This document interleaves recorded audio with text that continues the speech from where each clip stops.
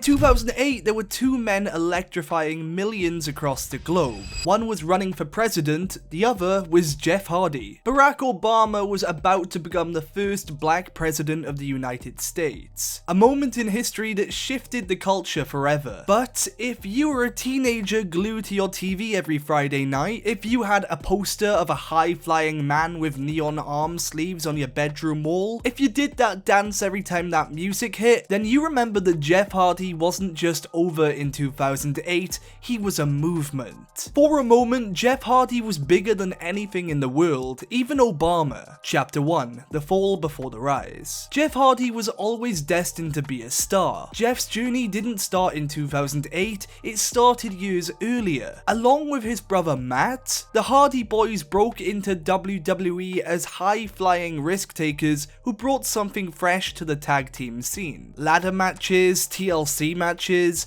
they were the blueprint for modern high spots. But even then, fans gravitated toward Jeff. He had something different. He wasn't the biggest guy in the room, he didn't cut long promos, he didn't look like the typical WWE star, and that's exactly why people loved him. He was weird, mysterious, dangerous, the type of performer you couldn't take your eyes off of. While Matt seemed grounded, Jeff felt otherworldly, like a rock star trapped in a wrestler's body. But Jeff also had demons. Substance issues plagued his early career. Just when it seemed like he was going to break into the main event scene, he would disappear. Released by WWE in 2003 due to erratic behavior and drug problems, fans watched their favorite crumble. Still, everyone held on to the same hope. If Jeff Hardy could ever get clean, if he could ever focus, he'd be unstoppable. Chapter 2, the first taste of the main event and a massive setback. Fast forward to early 2008. Jeff Hardy was more popular than ever. His high-risk style connected with fans on a level that felt organic and rare. At the Royal Rumble in 2008, Jeff Hardy challenged Randy Orton for the WWE Championship. It was his first real shot at the top prize, and the fans were red hot. Hardy didn't win, but the match proved something. He belonged in the main event. The chants were deafening. The audience wasn't just watching Jeff, they were living through him. But just as the rocket ship was launching, it crashed. In March 2008, Hardy was suspended for 60 days after violating WWE's wellness policy. Not only that, but he was also pulled from the Money in the Bank match at WrestleMania 24, a match he was heavily favored to win. It was a devastating blow, and once again people began asking, can Jeff Hardy really be trusted?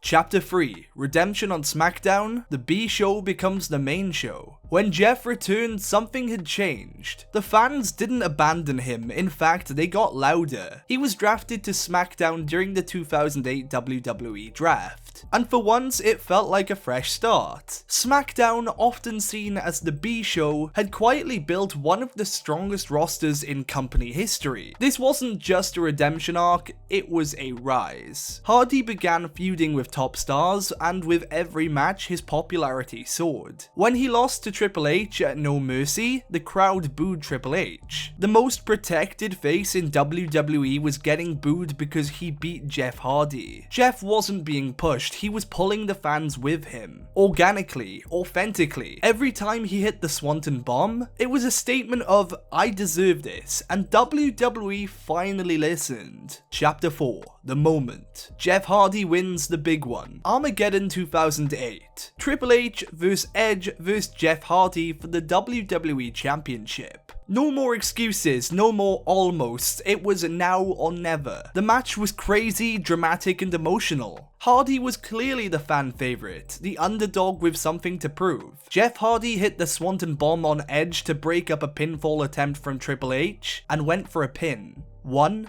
2, 3. The arena exploded. Moments like this don't come around twice. The camera angle was perfect, Jeff was just out of frame, so we didn't see him set up for the Swanton Bomb. That meant fans watching on pay-per-view got hit with a surprise out of nowhere. Jeff was absolutely red hot that year, and seeing him finally become WWE champion so organically felt like a breath of fresh air. Jeff Hardy had finally done it. The title didn't just go to a wrestler, it went to us. us, the fans who stuck by him through the highs, the lows, the suspensions, and the setbacks. The celebration was surreal. The commentary was absolutely perfect, with JR saying, "From Daredevil to champion, from enigma to icon." The crowd was electric. WWE knew this wasn't just a title win, this was a cultural moment. Chapter 5. For 1 year, he was the biggest star in wrestling. Let's be clear, John Cena and Triple H were still top stars. But in terms of pure popularity, in terms of connection and crowd reaction, Jeff Hardy was untouchable. He was outselling Cena in merch. Teenagers who felt misunderstood saw themselves in Jeff Hardy. Adults rooted for him because they saw a guy who kept getting knocked down and kept getting right back up. Every demographic was behind him, and the locker room noticed too. Triple H reportedly pushed Jeff to win the title. He wanted to be in that moment. He knew how important it was. Jeff wasn't just WWE champion, he was the guy. Jeff Hardy is truly one of the rare talents, a once-in-a-generation performer, and someone you just can't dislike. What set Jeff apart wasn't just his talent, it was his genuine appreciation for the fans. He always made it clear how much he valued their support. For Jeff, the fans weren't just an audience, they were a vital part of his journey and success. That connection made his role feel personal for so many. Chapter 6. Bigger than Obama? It might sound wild to say Jeff Hardy was bigger than Barack Obama in 2008. After all, Obama made history as the first black president of the United States. He was a global icon of hope and change. But wrestling fans live in a different world, and in that world, Jeff Hardy wasn't just a wrestler. He was a symbol of rebellion, individuality, and overcoming real struggles. Within our world, the world of WWE, late night SmackDown episodes, the teenage fandom, and the Monday morning debates with your friends at school, Jeff Hardy was everything.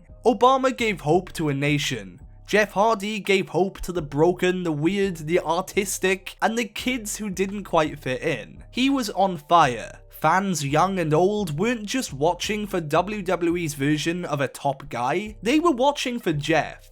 And in that context, yeah, he was bigger than Obama. That phrase, of course, is a metaphor just for how massive Jeff was in 2008. You really had to be there to understand it. It's not just about global impact, it's about the world Jeff Hardy lived in, and the fans who saw themselves in him. For those fans, Jeff wasn't just a wrestler. He was the hero of their story, the symbol of hope in a world that often made them feel invisible. Chapter 7. The legacy that could have been. Jeff's story didn't end in 2008. In fact, it was just one chapter in a roller coaster career full of incredible highs and frustrating setbacks. After his WWE run, Jeff continued to deliver unforgettable moments, like his legendary feud with CM Punk and his ability to connect deeply with fans wherever he went. But the truth is, Jeff's 2008 to 2009 run was lightning in a bottle. It was a rare moment when everything aligned, the fans, the company, and Jeff himself. He was on the cusp of being one of the top 5 WWE stars of all time. No exaggeration.